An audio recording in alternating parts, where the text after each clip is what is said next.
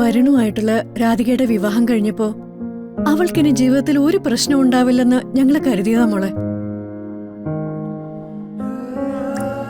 ശ്യാമമ്മയുടെ അവളുടെ അമ്മയാണെന്ന് തിരിച്ചറിഞ്ഞപ്പോ എല്ലാവരേക്കാൾ സന്തോഷിച്ചത് ഞങ്ങളായിരുന്നു. അമ്മയെ തിരിച്ചറിഞ്ഞപ്പോ ശ്യാമമ്മയുടെയുമായിട്ട് അവൾ ഞങ്ങളുടെ മുന്നിലെത്തി. അതെന്തിനാണെന്നറിയോ? തന്നെ വളർത്തി വലുതാക്കിയത് ഈ അച്ഛനും അമ്മയാണെന്നും ആ സ്നേഹം ഞങ്ങളോട് ഉണ്ടായിരിക്കണമെന്നും അവളുടെ അമ്മയോട് പറയാൻ.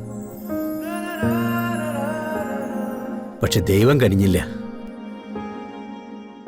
അവളുടെ ജീവിതത്തിലെ എല്ലാ പ്രതീക്ഷകളും കൊത്തിയെടുത്തോണ്ട് പോയി. കിടന്ന കിടപ്പാണ്. അവളോട് ഇനി എന്താ പറയേണ്ടത്? അവൾക്ക് വേണ്ടി ഇനി എന്താ ചെയ്യേണ്ടത്? ഞങ്ങൾക്കൊന്നും അറിയില്ല. അർദ്ധപട്ടിണിക്കാരാണ്. പക്ഷേ അവൾക്ക് വേണ്ടി എന്തും ചെയ്യാനുള്ള മനസ്സുണ്ട് ഞങ്ങൾക്ക്. അവളൊന്ന് എഴുന്നേറ്റ് നടക്കുന്നത് കണ്ടാ മതി, പഴയതുപോലെ ഒന്ന് സംസാരിക്കുന്നത് കണ്ടാ മതി. നിങ്ങൾ പേടിക്കണ്ട രാധിക, അങ്ങനെ ദുഃഖിച്ചു കിടക്കാൻ പാടില്ല. അവളോട് ഞാൻ സംസാരിക്കാം.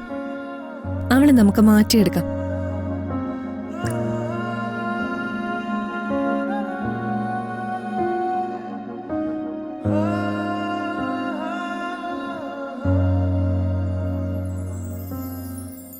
ആ കുട്ടിയോട് ഉണ്ടായത് നന്നായി.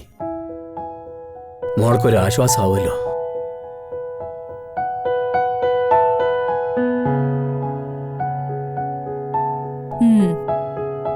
എത്ര നേരായി ഇരിപ്പിങ്ങനെ? ഞാൻ വേറെ എന്ത് ചെയ്യാനാ ദുർഗ? നമുക്കൊന്ന് പുറത്തു പോയാലോ? കുഞ്ഞുനാളില് രാധികയുടെ കൂടെ ഈ ഗ്രാമം മുഴുവൻ ഞാൻ നടന്നു കണ്ടിട്ടുണ്ട്. വീണ്ടും എത്തിയപ്പോ എല്ലാം ഒന്നുകൂടെ കാണാൻ തോന്നുക. പോവാ നമുക്ക്.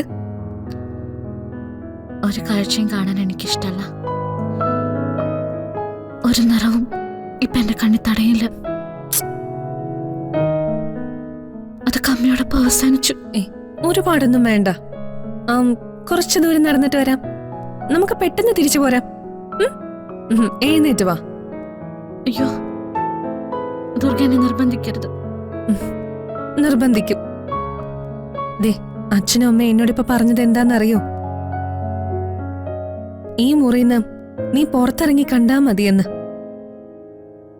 അവരുടെ മുന്നിലൂടെ ഒന്ന് നടന്നു കണ്ടാ മതിയെന്ന്. ജീവിതത്തിൽ ഒരിക്കലും അവരെ വിഷമിപ്പിക്കരുതെന്ന് തീരുമാനം എടുത്തിട്ടുള്ള ആളല്ലേ താൻ. ഇപ്പൊ അവരുടെ ആത്മവിശ്വാസത്തിന് ആശ്വാസം കൊടുക്കേണ്ട ആളല്ലേ താൻ. നമുക്ക് പോവാം. നിനക്ക് പറ്റില്ല എന്ന് തോന്നിയാ നമുക്ക് ആ നിമിഷം തന്നെ തിരിച്ചു പോരാം. വാ വാ, വന്നേങ്ങ. എന്നിട്ടോ വാ വാ.